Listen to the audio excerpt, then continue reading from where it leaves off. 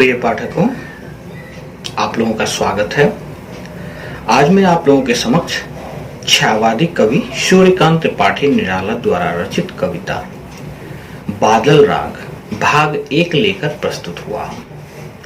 तो आइए कविता के पाठन एवं व्याख्यान से पहले कविता से जुड़ी कुछ बातों को जान लेते हैं। सूर्यकांत त्रिपाठी निराला जी द्वारा रचित बादल राग भाग 1 एक लंबी कविता है, जिसमें बादलों के उमड़ने, घूमने एवं बरस पड़ने, उनका लोक कल्याणकारी स्वभाव आदि का मनोरम चित्र अंकित हुआ है।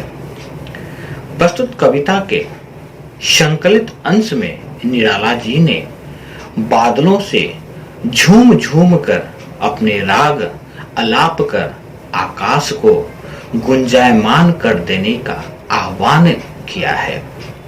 यह बादल स्वभाव से सृजन करता प्रकृति तत्व है, जिसके बिना प्रकृति जीवन के साथ साथ जीव चराचर सह मानव जीवन का अस्तित्व खतरे में पड़ सकता है।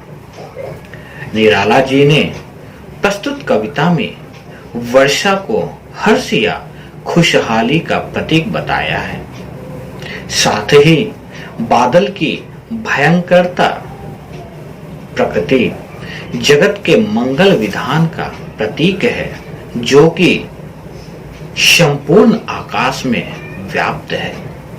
यह एक प्रकार से भयंकरता क्रांति का स्वरूप है, जिसमें जीवन की समर सत्ता व्याप्त होती है। प्रस्तुत कविता में निराला जी बादलों के गर्जन को जीवन की आस्था एवं आवश्यक व्यवस्था मानते हैं, जिससे जीवन संचालित होता है। बादल द्वारा प्रदत्त अमृत रस अर्थात वर्षा प्राकृतिक आपदाओं का द्योतक है। पृथ्वी के समस्त क्षेत्रों में वर्षा का बरसना निष्पक्ष एवं प्रकृति प्रेम का प्रतीक है, जहां कोई भेदभाव नहीं होता। निराला जी इस व्यवस्था में एक रूपता देखता है और जनमानस को इससे परिचित कराते हुए कहते हैं कि व्यक्तित्व की भी यही विशेषता है, जहाँ क्रांति के भाव सर्वत्र एक सा दृष्टिगत होते हैं। भूमि प्लावन की प्रक्रिया में वर्षा का जल सुधा रस के समान एवं अद्वितीय है। यह जीवन के धंसने से जल स्राव की मात्रा बढ़ने लगती है, जिससे चारों तरफ प्रसन्नता का वातावरण विद्यमान हो जाता है। इस प्रकार प्रकृति प्रदत्त जीवन की समर सत्ता समस्त समाज के लिए प्रेरणा का स्रोत है। तो आइए कविता की ओर अग्रसर होते हैं। कविता को मैंने कुछ टुकड़ों में विभक्त किया है, ताकि मुझे पाठन एवं व्याख्यान में सुविधा हो एवं साथ ही पाठक गणों को समझने में भी आसानी हो सके। साथ ही कविता में आए हुए कठिन शब्दों को मैंने यहाँ लाल रंग से दर्शाया है एवं उनके अर्थों को ठीक दाहिने ओर नीले रंग से दर्शाया हूं, जो कि स्पष्ट रूप से आप लोगों के समक्ष प्रस्तुत है। तो आइए कविता के पाठन की ओर बढ़ते हैं। झूम झूम मृदु गरज गरज घन घोर, राग समर अंबर में भर निज रोर। झड़ झड़ झड़ निर्झर गिरी सर में, घर मरु तरु मरमर सागर में। शरित तरित गति चकित पवन में, मानव में विजन गहन कानन में। आनंद आनंद में रव घोर कठोर, राग अमर अंबर में भर निज रोर। तो आइए पंक्तियों की प्रसंग की ओर बढ़ते हैं। प्रस्तुत पंक्तियां महाकवि सूर्यकांत त्रिपाठी निराला जी द्वारा रचित कविता बादल राग भाग 1 से लिया गया है। इसमें कवि ने आकाश में उमड़ते, गरजते और वर्षा करते हुए बादलों को देखकर अपने हृदय के हर्ष उल्लास को वाणी दी है। तो आइए पंक्तियों की व्याख्या करते हैं। प्रस्तुत पंक्तियों में निराला जी कह रहे हैं कि हे बादल, झूम झूम कर घनघोर गर्जन करके तू आकाश में अपना अमर राग भर दे। हे अमर राग वाले बादल, तू पूरे आकाश के आंगन में मस्ती में झूमते हुए मंद मंद गर्जन गरज कर अर्थात अपने तीव्र शब्दों से आकाश के हृदय को भर दे। निराला जी पुनः कहते हैं कि ओ बादल, निर्झर पर्वत, तालाब, घर, मरुस्थल, सागर तथा सरिता में आनंद की वर्षा करते। तू बिजली की चमक वायु, मन तथा निर्जन एवं गहन वन में और प्रत्येक मुख में अपना कठोर स्वर भर दे। भाव यह है कि प्रकृति का कण कण अनंत काल से शून्य चला आ रहा है, उसे अपने राग से तू अर्थात बादल जगा दे, उसमें क्रांति की लहर उत्पन्न कर दे। इन पंक्तियों में हम विशेष की बात करें तो प्रस्तुत पंक्तियों में वीर रस, मुक्तक छंद एवं संस्कृत तत्सम प्रधान ओजस्विनी भाषा का प्रयोग हुआ है। एवं अलंकार की बात करें तो यहाँ अनुप्रास, पुनरुक्ति, प्रकाश, मानवीकरण और ध्वनि साम्य अलंकार का प्रयोग हुआ है। तो आइए अगली पंक्ति की ओर बढ़ते हैं।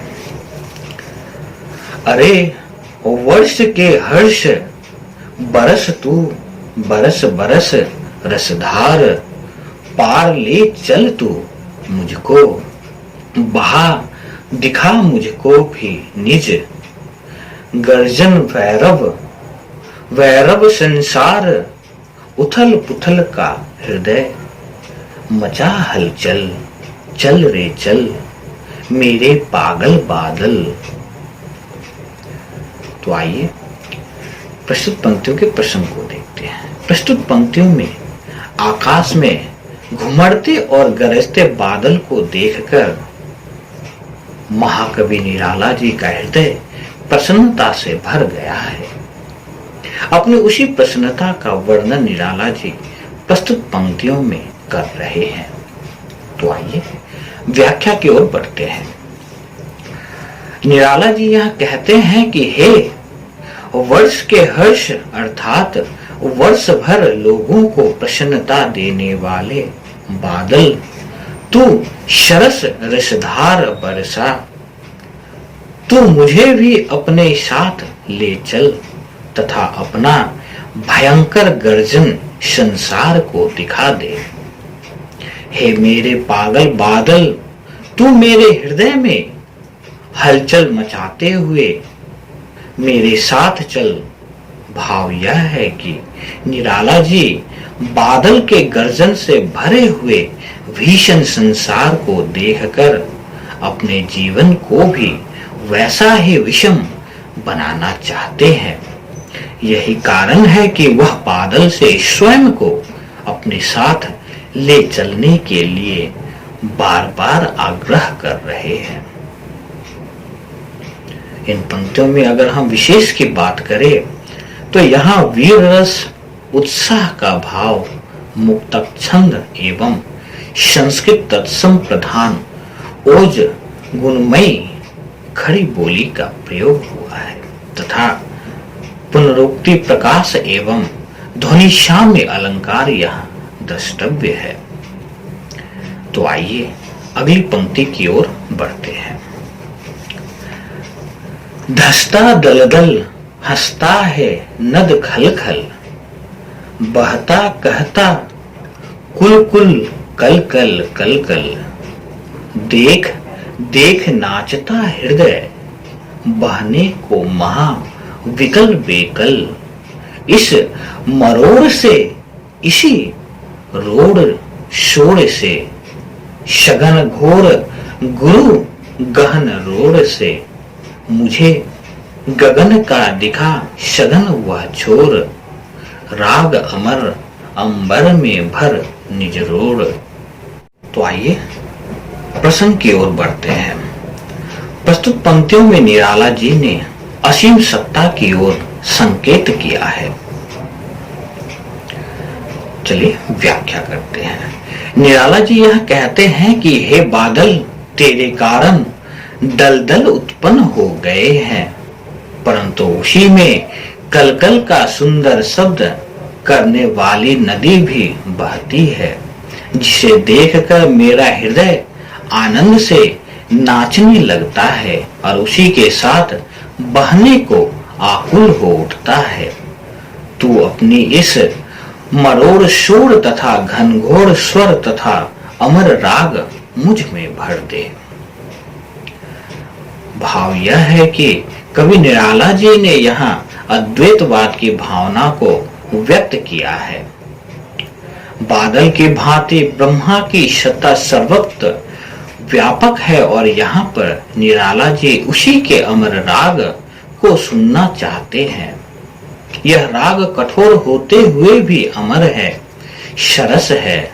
उसी से कवि निराला जी अनंत के छोर को दिखाने की प्रार्थना करते हैं। वह क्रांतिपूर्ण स्वर ही संसार के हृदय में उथल पुथल मचाता है तथा सुंदर सरस रसधार बहाता है। उस रसधार के साथ बहने के लिए ही निराला जी का हृदय व्याकुल हो उठता है।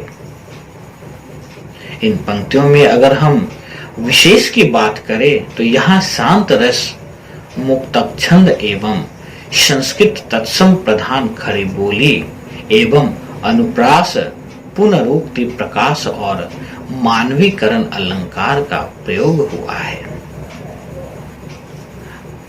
तो इन पंक्तियों को देखते हुए हम अंततः यही कह सकते हैं कि निराला जी ने बड़ी ही सुंदरता के साथ बादल के माध्यम से क्रांति का आगाज किए हैं। यह निराला जी बादल का मानवीकरण करते हुए उसके द्वारा जीव जगत में नए जीवन के संचार का वर्णन कर रहे हैं। इसके साथ ही मैं आशा करता हूं कि मेरे द्वारा दिया गया आज का व्याख्यान सार्थक सिद्ध हो। इसी आशा के साथ आप लोगों से आग्रह है कि मेरे इस चैनल को आप लोग कृपया लाइक एवं सब्सक्राइब करें। धन्यवाद।